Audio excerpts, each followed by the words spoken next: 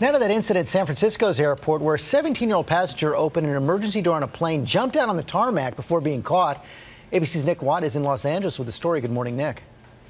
Good morning, George. Well, other passengers described the teen as anxious and fidgety before he suddenly popped that overwing emergency door. He jumped off the plane. A passenger captured the harrowing scene inside the cabin just seconds after a 17-year-old jumped out of the moving plane. We just saw the person sliding off the wing and hitting the ground, just running. The flight had just landed at San Francisco airport when the teenager opened an emergency exit door and leapt. Just a standard landing, and everyone kind of noticed that the door had come off. That we have an overwing exit that is open and a passenger get off to the wing. That's correct. Can you see that from the tower? The teen was grabbed on the airfield by a construction crew.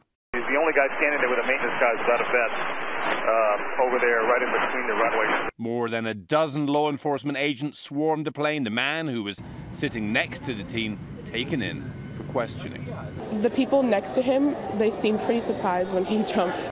The suspect, a U.S. citizen, was arrested on the tarmac by police. Airport officials telling us no runways were impacted, no operations affected, and no one was injured.